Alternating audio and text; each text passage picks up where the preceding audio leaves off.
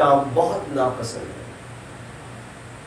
اللہ کو یہ کام بہت ناپسند ہے، اور اللہ اس کو بہت ناپسند کرتے ہیں کہ ایک آدمی کو جو ہے کسی بھی وجہ سے آپ قتل کر دیا اور آپ قاتل بن گئے یا آپ اس کے پیچھے تھے، ہر آدمی اللہ کو بہت ناپسند ہے۔ تو اللہ فرماتے ہیں قال يا ويلتى فأواري سوءة أخي فأصبح من النادمين۔ علماء لکھتے ہیں اللہ یہ فرما رہے کہ یہ آدمی ان میں سے ہو گیا جو شرمندہ ہوئے۔ تو آدمی اگر شرمندہ ہے، اس نے قتل کیا ہے اور قتل کرنے کے بعد اس نے اپنے اعمال پر شرمندہ ہوا ہے، اس کا مطلب اس نے توبہ کی۔ جب توبہ کی ہے تو پھر اللہ سبحانہ و تعالی کیوں اس کو سزا دے گے؟ علماء لکھتے ہیں کہ یہ نادمین کا مطلب یہ ہوتا ہے وہ نادم بنا ہے اس وجہ سے نہیں ہے کہ میں نے بہت برا کام کیا، وہ نادم اس لیے بنا ہے، وہ اس کے ذہن میں یہ بات آئی ہے کہ میں اس کوا سے بھی کم درجہ کا ہوں۔ کوا کا تو بہت بڑا ذہن والا یہ ہے، میں تو اتنا بھی نہیں ہوں۔ اس میں شرمندہ ہوا ہے، اس میں شرمندہ نہیں ہوا کہ میں اپنے بھائی کو قتل کر دیا۔ انسان کا دماغ جب اللہ گھما دیتے ہیں تو ایسا ہی ہوتا ہے کہ اتنا بڑا ظلم کرنے کے باوجود وہ شرمندہ نہیں ہوا، اور اس کی وجہ پیچھے کیا ہے؟ حسد، جلسی۔ تمہاری قربانی قبول ہو گئی، میری قربانی کیوں قبول نہیں ہوئی؟ یہ وجہ اللہ فرماتے ہیں تم بھی محمد صلی اللہ علیہ وسلم کو نہیں مانتے ہو یہ اس بیماری کی وجہ سے، حالانکہ محمد صلی اللہ علیہ وسلم کے پاس دلائل ہے، محمد صلی اللہ علیہ وسلم کے پاس معجزات ہے، محمد صلی اللہ علیہ وسلم خود دلیل ہے، محمد صلی اللہ علیہ وسلم اللہ کے نبی ہے، اس میں کسی قسم کی شک اور شبہ نہیں ہے۔ اس کے باوجود تم نہیں مانتے ہو، وجہ کیا ہے؟ حسد، کہ مجھے اور ہمیں یہ نعمت کیوں نہیں ملی۔ اس لیے حدیث میں نبی اکرم صلی اللہ علیہ وسلم فرماتے ہیں کہ وہ آدمی جنت میں کبھی بھی نہیں جائے گا، وہ آدمی جنت میں کبھی بھی داخل نہیں ہو سکتا جس کے دل کے اندر ذرہ برابر بھی حسد ہے، ذرہ برابر۔ نماز میں بھی نمبر 1 ہے، زکوٰۃ میں نمبر 1 ہے، تلاوت میں نمبر 1 ہے، سب کچھ میں نمبر 1 ہے، لیکن ایک چیز اس کے دل کے اندر ہے کہ اس کا دل صاف نہیں ہے، اس کے اندر جلسی ہے۔ اللہ فرماتے نہیں، یہ آدمی کے لیے جنت نہیں ہے۔ وجہ کیا ہے کہ یہ بہت بڑی بیماری ہے۔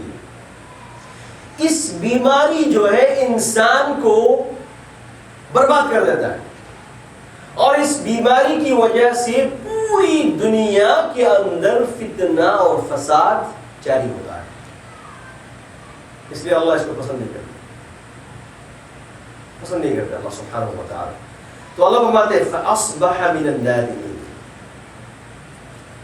تو اللہ فرماتے ہیں مِنْ أَجْلِ ذَلِكَ، اسی وجہ سے، کس وجہ سے؟ کہ آدم علیہ السلام کا بیٹا قابل جو ہے اپنے بھائی کو قتل کر دیا، حسد کی وجہ سے قتل کر دیا، اس وجہ سے اللہ فرماتے ہیں كَتَبْنَا عَلَى بَنِي إِسْرَائِيل، بنی اسرائیل کے اوپر یہ قانون جاری کی گئے، کیا ہے؟ أَنَّهُ مَنْ قَتَلَ نَفْسًا، جو آدمی کسی کو قتل کرے گا بغیر نفس، بغیر نفس کا مطلب کیا ہوتا ہے؟ مطلب یہ ہے کہ کسی جان کی وجہ سے نہیں ہے، یعنی کوئی آدمی اگر کسی کو قتل کر دے تو قاتل کو تو قتل کرنا پڑے گا. تو اس وقت ایسا نہیں ہے کہ یہ ناجائز ہے، نہیں، وہ تو جائز ہے، وہ تو اللہ کا قانون ہے. اگر کوئی آدمی کسی کو قتل کر دیا تو اس کو قتل کرنا پڑے گا. اس کا مطلب بغیر نفس، یعنی کسی شرعی وجہ بغیر، شرعی قانون بغیر، سزا بغیر، اس نے کسی انسان، ایک آدمی نے کسی دوسرے انسان کو قتل کر دیا. او فساد فی الارض، اور دنیا میں فساد ہو رہا تھا، اگر قتل نہیں کریں گے تو فساد اور ہی بڑھ جائے گا. ایسا بھی نہیں ہے، صرف اس وجہ سے کہ اس کا دل چاہا اور اس نے جو ہے کسی کو قتل کر دیا. اللہ نے فرمایا فَكَأَنَّمَا قَتَلَ النَّاسَ جَمِيعًا، اگر ایک آدمی کسی ایک آدمی کو قتل کیا کسی بلا وجہ، اس کا مطلب یہ ہو رہا ہے اس نے پوری انسانوں کو قتل کر دیا. اس نے اتنا بڑا جرم کیا ہے، اتنا بڑا کام اس نے کیا ہے کہ اس نے گویا کہ پوری دنیا کے انسانوں کو قتل کر دیا. مطلب یہ ہو رہا ہے کہ اگر کوئی آدمی بلا وجہ کسی کو قتل کر دیا تو اس کو اتنا ہی گناہ ہوگا جتنا گناہ اگر یہ آدمی پوری دنیا کے ساری انسانوں کو قتل کرنے سے ہوگا، اتنا ہی گناہ اس کو ملے گا، کیونکہ اس نے ایک انسان کو بلا وجہ قتل کر دیا. وَمَنْ أَحْيَاهَا فَكَأَنَّمَا أَحْيَا النَّاسَ جَمِيعًا، اور جس نے کسی انسان کو بچا دیا، کسی انسان کی لائف کو سیو کیا، اس نے مخلوق، اللہ کی مخلوق. ہم کیا سوچتے ہیں، ہم مسلمان کہاں ہیں ہم لوگ کہ کسی کو آپ نے یوں ہی قتل کر دیا. سبحان اللہ بحمدہ، یہ کہاں پہ ہے اسلام میں کہ آپ کا دل چاہا تو آپ نے بوم لیا اور اس نے جا کے مار دیا. اللہ نے فرمایا وَمَنْ أَحْيَاهَا، جس نے کسی ایک انسان کی زندگی کو بچایا، کسی بھی طریقہ سے خطرہ میں ایک انسان، اس کی جان بچانے کے لیے کوشش کی. اللہ نے فرمایا فَكَأَنَّمَا أَحْيَا النَّاسَ جَمِيعًا، گویا کہ اس آدمی نے پوری دنیا کی انسانوں کی جان کو بچایا. سوچ سکتے ہیں اللہ کے نزدیک ایک انسان کی کتنی بڑی قیمت ہے، کتنی بڑی قیمت ہے. آپ تو یہ کہہ رہے فقہاء لکھتے ہیں کہ جب ہم ناخن کاٹتے ہیں، ناخن جب کاٹتے ہیں، بال کاٹتے ہیں، اس میں شریعت کا حکم کیا ہے؟ شریعت کا حکم کیا ہے کہ ناخن کاٹنے کے بعد آپ اس کو جو ہے مٹی میں کسی جگہ پہ دفن کر دو، اس کو ادھر ادھر مت پھینکو.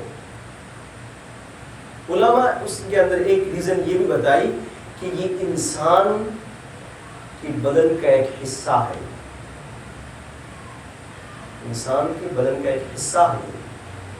ایسا نہ ہو کہ اس کی بے حرمتی ہو، اس کو ڈسریسپیکٹ کی جائے. نو، اتنی قیمت ہے اس انسان کی. آج دنیا میں انسان کی قیمت اس سے بھی کم ہو گئی. ایک سامان آپ کو $10 چاہیے، آپ کو $10 چاہیے، آپ کو ایک چیز پسند ہے اور آپ کو چاہیے چیز اور یہ اس آدمی کے پاس ہے، آپ گن لیا اور جا کے مار لے کے آ گیا. تو اس کا مطلب یہ ہے کہ اس آدمی کے پاس، اس آدمی کے نزدیک $10 کی جو قیمت ہے، اس انسان کی قیمت اس سے بھی کم ہے. اللہ سبحانہ وتعالی، اللہ کیا فرماتا ہے وَمَنْ أَحْيَاهَا فَكَأَنَّمَا أَحْيَا النَّاسَ جَمِيعًا، جس نے ایک انسان، ایک نفس کی زندگی کو بچایا. گویا کہ اس نے پوری دنیا کی انسان کی زندگی کو بچایا۔ نماز، روزہ، حج، زکوٰۃ ہی صرف اسلام نہیں ہے، یہ بات آپ اچھی طریقے سے اپنے ذہن میں بیٹھا لیں۔ اور ایک بات یہ بھی یاد رکھنا یہاں پہ، اللہ نے یہ نہیں فرمایا وَمَنْ أَحْيَاهَا فَكَأَنَّمَا أَحْيَا الْمُسْلِمِينَ جَمِيعًا، جس نے ایک انسان کو بچایا اس نے پوری دنیا کے مسلمانوں کی جان کو بچایا۔ ایسا نہیں کہا آپ نے، یہ صرف مسلمانوں کی جان بڑی قیمت والی جان ہے، باقی سارے جانور ہیں، جب چاہو اس کو قتل کرو۔ وارڈ تو دیکھیں آپ، اللہ نے ناس فرمایا، اور ناس کے اندر ہندو بھی شامل ہے، کرسچن بھی شامل ہے، یہودی بھی شامل ہے، ایک آدمی ڈاکو وہ بھی شامل ہے، چور وہ بھی شامل ہے، سب شامل اس کے اندر۔ ہاں آپ کے لیے اجازت، ایک آدمی نے کسی آدمی کو قتل کر دیا، قاتل بن گیا، آپ کے لیے اجازت نہیں کہ آپ جا کے اس کو مار دیں، نو، اس کے لیے باقاعدہ کورٹ ہے، کورٹ فیصلہ کرے۔ ایک آدمی نے چوری کی، آپ نے اس کو لا کے پکڑا اور اس کے ہاتھ کاٹ دیا، کس نے آپ کو اجازت دی؟ ناجائز، حرام ہے۔ ایک عورت نے زنا کی، یہ ہمارے ملک میں ایسا ہوتا ہے، مسلمان کنٹری میں ایک عورت نے زنا کی، اب یہ کمزور ہے، مرد کو کچھ نہیں ہوا، عورت کو لائی، دعا کر دیا، یہ کر دیا، سنگسار کر دیا۔ کوئی آدمی دکھا نہیں سکتا کہ شریعت کے اندر یہ حکم ہے کہ آپ جا کے خود کسی زانی عورت کو آپ قتل کریں، کبھی بھی اجازت نہیں ہے، کبھی بھی اجازت نہیں ہے۔ یہ تو کورٹ فیصلہ کرے گا، یہ کورٹ کی ذمہ داری ہے، آپ کی ذمہ داری نہیں ہے۔ اگر کوئی عورت سوسائٹی میں زنا کر کے پھیر رہی ہے، گھوم رہے پھر رہی ہے، آپ کی اجازت نہیں ہے کہ آپ اس کو جا کے قتل کر دیں، کچھ مارے پیٹے، آپ کی اجازت نہیں ہے۔ آپ کورٹ میں جا کے پولیس والوں کو بتائیں، وہ کرے۔ اسلامک کنٹری میں بھی اجازت نہیں ہے، یہ تو اجازت ہے ان کو جو جس کو اتھارٹی ہے۔ اچھی اللہ نے یہ پتہ نہیں کہاں سے آئے یہ سب چیزیں، جہالت اتنی زیادہ ہو گئی، اور اس جہالت کی وجہ سے قرآن اور حدیث کی بے عزتی ہو رہی۔ اس جہالت کی وجہ سے قرآن اور حدیث کی جو قانون ہے، جو اتنا بہترین قانون ہے، اس کی جو ہے اس کا بدنام ہو رہا ہے۔ کس نے بتایا آپ کو آپ ہاتھ کاٹنے کے لیے؟ سبحان اللہ بحمدہ، انشاءاللہ نیکسٹ ویک بات آئے گی اس سلسلے میں، اسلام میں سزا کیا ہے۔ وَمَنْ أَحْيَاهَا فَكَأَنَّمَا أَحْيَا النَّاسَ جَمِيعًا، اس لیے ہمیشہ یاد رکھنا، انسان کو کبھی تکلیف نہیں ہے، چاہے وہ اتنا برا ہو، انسان ہے۔ حدیث میں آیا کہ اگر کسی آدمی کے دل کو دکھائے، اس کا مطلب یہ اس نے کعبہ کو توڑا۔ آپ نے حدیث سنا ہے سلسلے، کعبہ کو توڑا اس نے۔ یہ انسان بڑی قیمتی انسان ہے، چاہے وہ جیسے ہی ہو۔ آپ کو کیا معلوم ہے کہ یہ انسان کیا نہیں کر سکتا اگر یہ انسان بن گیا؟ آپ نے اس کے لیے کیا محنت کی؟ آپ کی اور ہماری ذمہ داری محنت کرنی۔ ہم نے کچھ محنت تو کی نہیں، ہم نے زنا بند کرنے کے لیے تو کچھ کام کیا ہی نہیں اپنی سوسائٹی میں، اور اسلامی قانون نے یہ کر دیا، وہ کر دیا، اسلامی قانون جاری کرنا چاہیے۔ کہاں جاری کریں گے آپ؟ اسلامی قانون اس وقت تک آپ جاری نہیں کر سکتا جب تک انسان کے اندر ایمان مکمل نہ ہو۔ ایمان جب مضبوط ہوگا تو پھر انسان اسلامی قانون لینے کو تیار ہوں گے نا، اور تو کہیں گے یہ تو باربرک ہے اور فلا جو آج کل ہو رہی، ذہن نہیں بنا نا۔ اسلامی قانون جاری کرنے کے لیے سب سے پہلا کام آپ کا یہ ہے کہ آپ انسان کے دلوں کے اندر اس دین کی عظمت بچھائے۔ نبی اکرم صلی اللہ علیہ وسلم نے شراب کو حرام کر دیا، لیکن اس شراب کے اندر کیا برائی ہے یہ سب سے پہلے لوگوں کے دلوں کے اندر ڈالا۔ پھر جب ذہن بن گیا اور بات بن گئی تو پھر اللہ کے نبی نے فرمایا کہ یہ تمہارے لیے حرام ہے.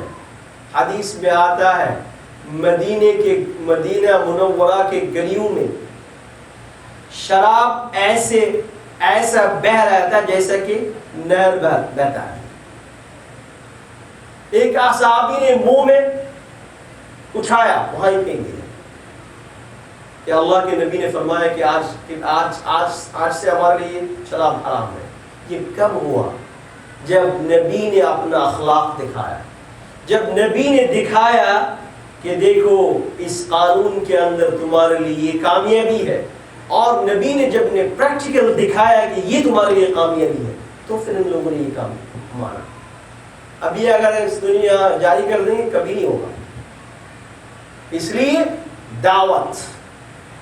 دعوت کا کام بہت امپورٹنٹ ہے. اگر دعوت نہیں دیں گے، لوگوں کو نہیں سمجھائیں گے، لوگوں کے دماغ کے اندر جو ہزاروں اشکالات ہیں، شکایتیں ہیں، یہ ساری نکالنا پڑے گا. پھر اس کے بعد بتائیں گے جی چلو ٹھیک ہے میں ماننے کو تیار ہوں. جب تک نہیں ہوگا اسلامی قانون کہیں بھی آپ اسٹیبلش نہیں کر سکیں گے. وَمَنْ أَحْيَاهَا فَكَأَنَّمَا أَحْيَا النَّاسَ جَمِيعًا. جس نے ایک نفس کو بچایا گویا کہ اس نے پورے انسان کو بچایا. اللہ فرماتے ہیں وَلَقَدْ جَاءَتْهُمْ رُسُلُنَا بِالْبَيِّنَاتِ. تمہارے ان کے پاس میری طرف سے دلائل لے کے نبی آئے، رسول آئے. ثم ان كثيرا منهم بعد ذلك في الارض لمسرفون. اس کے باوجود بہت سارے ان میں سے ایسے ہیں ان کے پاس دلائل آنے کے بعد بھی زمین میں یہ لوگ فساد کرتے رہے. نیکسٹ آیت جو ہے بہت بڑی لمبی چوڑی بات ہے اس کے اندر. میں چاہتا نہیں کہ آج اس کو شروع کرنے کے لیے، لیکن ان کو اس میں انشاءاللہ ہم آپ کو سمجھائیں گے کہ اسلامی قانون کیا ہے. اور آج کل دنیا میں جو اسلام کے قانون کے بارے میں ہزاروں باتیں آتی ہیں، انشاءاللہ امید ہے کہ آپ کی یہ سب ساری شکایتیں اور اشکالات ختم ہو جائیں گے انشاءاللہ نیکسٹ ویک کریں. اور نیکسٹ ویک جو ہے ہماری آخری ہوگی. پھر اس کے بعد رمضان کے اندر تفسیر نہیں ہوگی، لیکن تفسیر تو ہوگی لیکن تراویح کے بعد، اور پھر اس کے بعد رمضان کے بعد شروع ہوگی.